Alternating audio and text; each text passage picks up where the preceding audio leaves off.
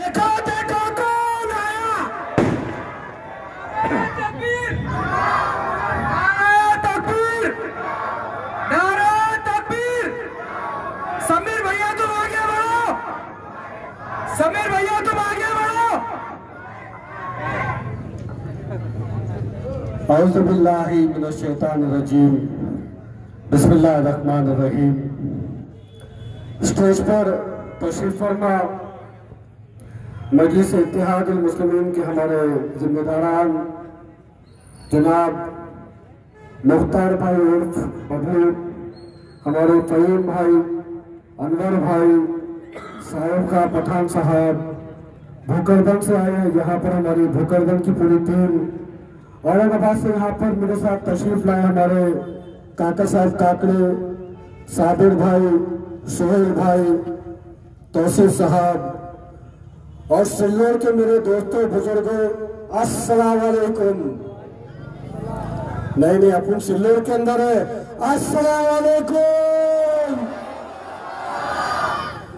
मैं सिल्लोर शहर के, सिल्लोर डिस्ट्रिक्ट के तमाम तालुके के तमाम नौजवानों का दिल की गहराइयों से शुक्रगुजार हूँ कि आप तमाम ने हमेशा अपनी मोहब्बतों से मुझे नवाजा, अपनी दुआओं में मेरा हमेशा हिस्सा रखा। जब भी सिल्लोर के नौजवानों ने आवाज़ दी, मैं हमेशा आपके दरमियान में आता रहा। चाहे वक्त अमेंडमेंट बिल के खिलाफ जो आपके पास मोर्चा हुआ, तब मैं यहाँ पर आया। जब एक 3-4 साल की बच्ची को शहीद कर दिया गया था, उस वक्त में भी मैं आपके बीच में आया। उसके बाद जब भी आपके दरमियान में कोई मोर्चा हुआ, चाहे हुजूर की शान में गुस्ताखी का जब मामला हो, जब पूरे सिल्लोर के अंदर हमने एक सैलाब देखा था, उस सैलाब के अंदर भी मैं यहाँ पर मौजूद था।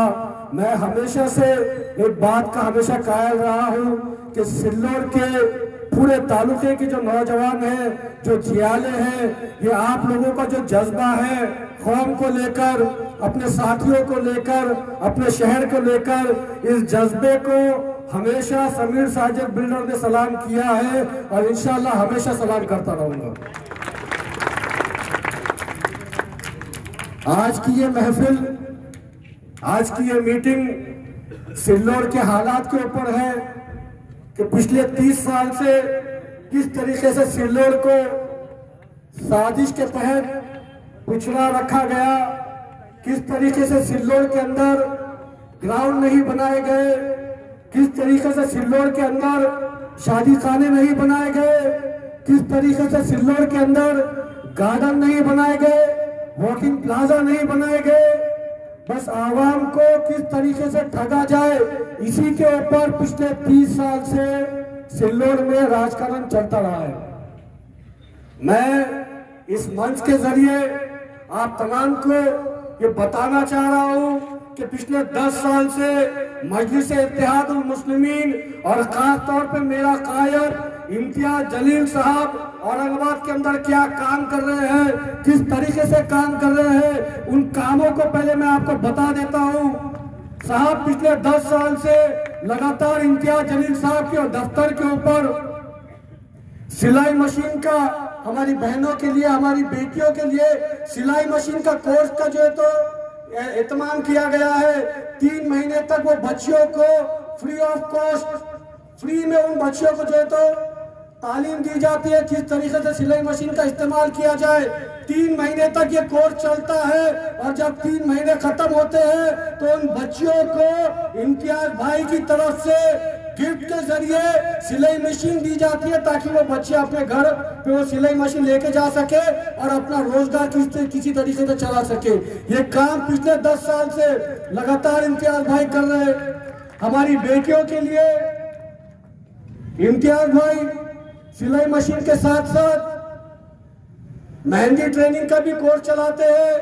मेहंदी की उनको किस तरीके से डिजाइन बनाया जाए उसकी ट्रेनिंग दी जाती है। साथ ही में औरंगाबाद के अंदर नौजवानों के लिए हर 3, 4, 5 महीने के अंदर रोजगार मेलावे लिए जाते हैं ताकि जो बच्चे हमारे एजुकेटेड हैं, चाहे वो 10वीं से लेकर ग्रेजुएटेड बच्चे हो, उन बच्चों के लिए रोजगार मेलावे लिए जाते हैं। जितनी भी MIDC औरंगाबाद के अंदर है, उन तमाम MIDC के कंपनीज को एक जगह पे बुलाया जाता है और रोजगार बच्चों को दिलाए जाते हैं।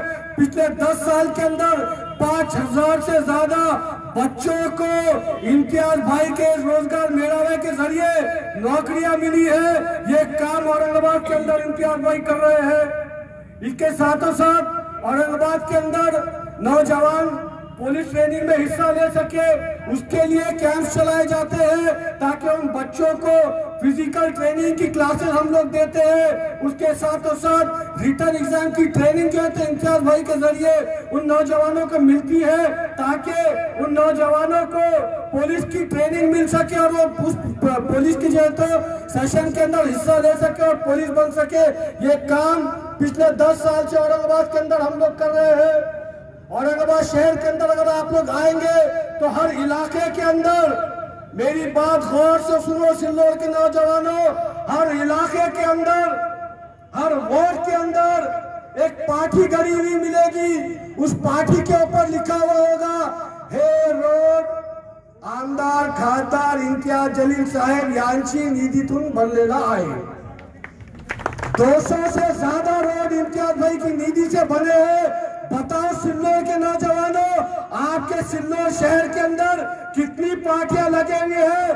30 साल से जो है आपका आमदार यहाँ पे है, कितनी पार्टियां लगी हुई है? बताओ मुझको, कितने रोड बनाए आपने निधि से? बताओ मुझको। नहीं बता सकेंगे साहब, पार्टियां गड़ी हुई है, रोड बने हुए नहीं है। ये हाल है आपके सिल्लोड़ का, ये हाल है आपके सिल्लोड़ का।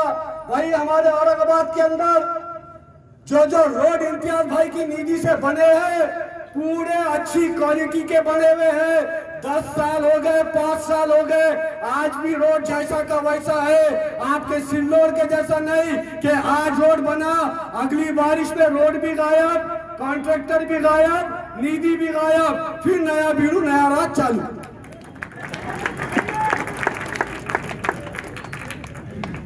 औरंगाबाद शहर के अंदर हम लोग अगर सबसे ज्यादा काम करते हैं तो मेडिकल फील्ड के अंदर करते हैं। मेडिकल फील्ड के अंदर किस तरीके से हम लोग काम करते हैं? इम्तियाज भाई के मार्गदर्शन में एक मेडिकल टीम हम लोगों ने बनाए हैं। दारुसलाम मेडिकल हेल्पलाइन सेंटर हम लोग उसको कहते हैं। साहब, इस दारुसलाम मेडिकल हेल्पलाइन सेंटर के जरिए हम क्या करते हैं मालूम है? कई सारे ऐसे पेशेंट्स हैं जो सिल्लोड़ से ही नहीं, बोरगांव से ही नहीं, अजंता भोकरदन से ही नहीं, बल्कि पूरे मराठवाड़ा से कई सारे पेशेंट्स औरंगाबाद के अंदर आते हैं। कई सारे पेशेंट घाटी के अंदर आते हैं, कई सारे पेशेंट प्राइवेट हॉस्पिटल के अंदर आते हैं। मैं आपको यह बता रहा हूं कि जो पेशेंट के पास अगर उनकी माली इस्तेदाद नहीं है इलाज करवाने की, ऐसे पेशेंट की भी हम लोग मदद करते हैं। किस तरीके से मदद करते हैं साहब? गवर्नमेंट की कई सारी स्कीम्स है, MJPJY है, PMJY है, और भी कई सारी स्कीम्स है। इन स्कीम्स को एक्टिवेट करवाने के लिए क्या चाहिए? सिर्फ 2 चीजें, एक आधार कार्ड, एक राशन कार्ड। ये 2 चीजें अगर आपके पास है साहब, तो आप आपका इलाज मुफ्त में करवा सकते हैं, 5 लाख तक करवा सकते हैं। सिर्फ घाटी के अंदर नहीं, बल्कि MGM के अंदर, हेटेवार के अंदर, दूध के अंदर, बजाज के अंदर बड़े बड़े हॉस्पिटल स्कीम के तहत गवर्नमेंट के साथ एनरोल्ड है। पूरे औरंगाबाद डिस्ट्रिक्ट में 48 ऐसे हॉस्पिटल्स हैं जो गवर्नमेंट की इन स्कीम्स के जरिए आपको फायदा दिला सकते हैं। मैं सिल्लोड़ के तमाम आवाम से गुजारिश कर रहा हूँ, हमारे सिल्लोड़ शहर का या तालुके का कोई भी पेशेंट औरंगाबाद की तरफ आता है तो उसकी डिटेल्स हम तक पहुंचाइएगा। उस पेशेंट को हॉस्पिटल में एडमिशन से लेके डिस्चार्ज तक पूरी मदद इंशाल्लाह हम लोग करेंगे। साहब, उन पेशेंट्स को फ्री में अपन एंजियोग्राफी करा के दे सकते, उन पेशेंट्स को अपन फ्री में एंजियोग्राफी, एंजियोप्लास्टिक, बाईपास करवा के दे सकते। कैंसर का अगर पेशेंट है तो उस पेशेंट को फ्री में अपन केमो करवा के दे सकते, ऑर्थोपेडिक करवा के दे सकते, डेंटल का ट्रीटमेंट करवा के दे सकते। तो ऐसा कोई भी पेशेंट औरंगाबाद की तरफ आता है तो इसकी डिटेल्स हमारे पास पहुंचाइएगा, इंशाल्लाह उसकी पूरी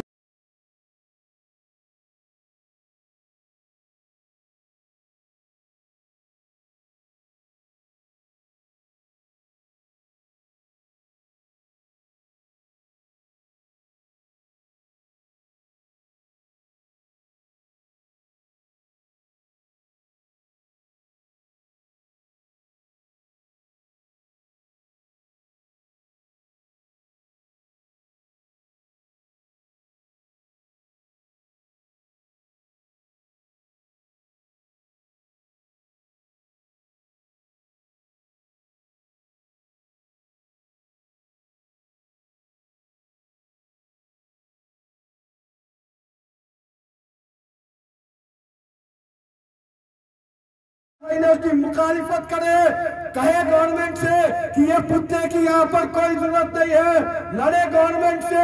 गवर्नमेंट ने जब बात नहीं मानी तो हाई कोर्ट के अंदर गए, हाई कोर्ट के अंदर PIL के जरिए ये गवर्नमेंट से, ये हुकूमत से मांग करके लेकर आए कि आज जालना रोड के ऊपर जहाँ पर एक पुतला बनने वाला था वहां पर आज 400 बेड का दवाखाना बन रहा है। ये होती है क़यादत, ये होती है लीडरशिप। सिर्फ उद्घाटन कर रहे, खटाखट खटाखट बाटे आया कि ढोल ताशे पर रहे, उद्घाटन कर रहे, मगर दवाखाना बन रहा नहीं। ये मामला है आमदार साहब। इसके अलावा आपके गवर्नमेंट हॉस्पिटल के अंदर, आपके गवर्नमेंट हॉस्पिटल के अंदर अगर हमारी कोई डिलीवरी की बहन आने वाली है तो उसको सिर्फ मंगल के दिन ही आना है, मंगल के दिन ही उसकी सोनोग्राफी होंगी, बाकी के 6 दिन आएंगे तो सोनोग्राफी नहीं होती। एक्सरे करवाना है तो मंगल के दिन ही एक्सरे करवाना पड़ेगा, बाकी के 6 दिन अगर हड्डी टूटी तो उसको संभाल के रखो, मंगल को लेके आना। कोई पेशेंट इमरजेंसी में आया तो ट्रॉमा सेंटर तो है नहीं, घाटी के दवाखाने वाले क्या बोलते हैं, लेके जाओ तो घाटी को, लेके जाओ औरंगाबाद को। आमदार साहब आप 30 साल से अंदर है, क्या बात है कि आपके ही घर के अंदर जो घाटी दवाखाना है वहां पे ना एक्सरे की मशीन ढंग की है, ना CT स्कैन की मशीन ढंग की है, MRI तो है ही नहीं, MRI नहीं है, डॉक्टर नहीं है, ऑर्थोपेडिक के डॉक्टर नहीं है, सर्जन नहीं है। इमरजेंसी के अंदर आपको कुछ हुआ चाचा जान, बड़ा अफसोस होगा। चाचा जान जल्दी से डॉक्टर भेजो, वक्त नाजुक है, जल्दी से आपके हॉस्पिटल के अंदर डॉक्टर अपॉइंट करवाओ। नहीं हो सकते होंगे तो इम्तियाज भाई को एक खत लिखो, तुरंत मेरा कायद करा के देता। इम्तियाज भाई को एक ही लेटर दो, आप हुकूमत में होंगे, उतनी ताकत नहीं है, मगर मेरे कायद के अल्हम्दुलिल्लाह उससे ज्यादा ताकत है। साहब अफसोस तो इस बात का है कि जब मैं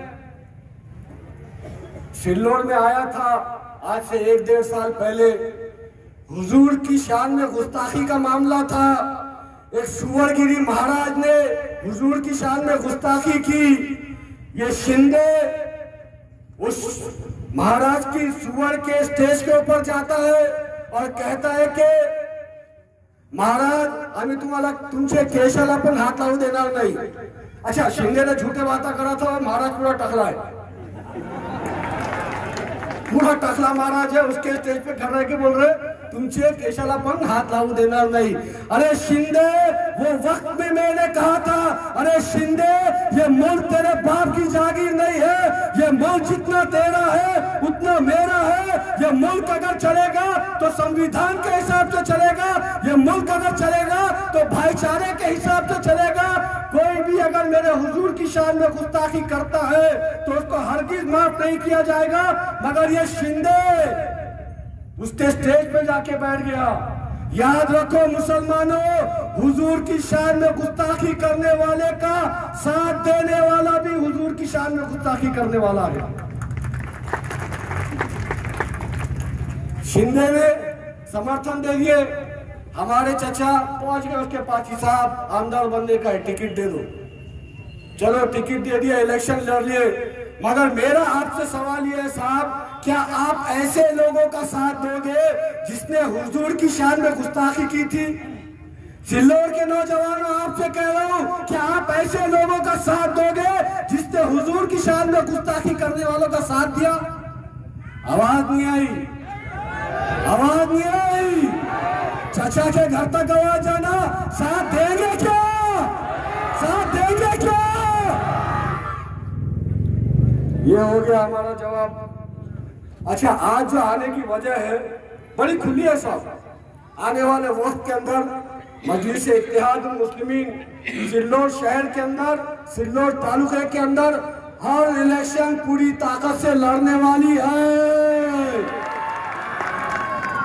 चाचा, ये गलतफहमी में मत रहो कि इम्तियाज भाई मेरे दोस्त हैं तो छोड़ देंगे। इम्तियाज भाई अच्छे अच्छों को नहीं छोड़े, इम्तियाज भाई अच्छे अच्छों को नहीं छोड़े। सिल्लोर का मामला है, खुलकर कह रहा हूं, अगर सिल्लोर के अंदर ग्राउंड बने हुए होते, अगर सिल्लोर के अंदर स्कूल बने हुए होते, अगर सिल्लोर के अंदर शादी खाना बना हुआ होता, अगर सिल्लोर के अंदर दवाखाने, एम्यूनिटी, डॉक्टर्स होते तो हमको कभी सिल्लोर आने की नौबत नहीं आती। मगर हमको ये बात समझ में आ रही है कि चचा आप ऊपर के मामले अच्छे से संभाल रहे हो, सिल्लोर शहर का मामला मेरे हवाले कर दो। मैं कह रहा हूं, सिल्लोर शहर के अंदर एक बार मजलिस इत्तेहादुल मुस्लिमीन का साथ देके देखो, इंशाअल्लाह ग्राउंड भी बनाएंगे, शादी खाना भी बनाएंगे, आपको गार्डन भी बना कर देंगे और एक ऐसा ईदगाह बना कर देंगे जो नगर परिषद की तरफ से होगा। ये नहीं होगा कि आपको चंदा जमा करके नगर परिषद से परवानगी लेके आपको आपके पैसे से ईदगाह का अगर ग्राउंड खरीदना पड़ रहा है तो कहीं ना कहीं ये चचा का फेलियर है। अगर चचा सक्षम होते तो आपको ईदगाह भी बना कर देते, आपको कब्रिस्तान भी बना कर देते, मगर चचा ने कुछ नहीं करे, लगे सिर्फ जिंदगी की हजूरी करने में। क्या बोले? कोई साहब एक पैगाम पहुंचाए, साहब सिल्लोर को मत आओ, सेठ चले जाएंगे। मैंने जवाब नहीं दिया, यहां से दे रहा हूं, बागर बिल्ले सुन मेरी बात को। एक शेर के जरिए अपनी बात खत्म कर दूंगा। ये शेर वो बागर बिल्ले के लिए भी है, सुनता सुन, नहीं सुनता मत सुन, मगर तेरे चाचा को बात समझ में आ जाएगी। न डरा मुझे है वक्त, न डरा मुझे है वक्त, नाकाम होगी तेरी हर साजिश। न डरा मुझे है वक्त, नाकाम होगी तेरी हर साजिश। जिंदगी के मैदान में मैं खड़ा हूं दुआओं का लश्कर लेकर। इंशाअल्लाह जल्द दोबारा सिल्लोर के अंदर आएंगे। आप तमाम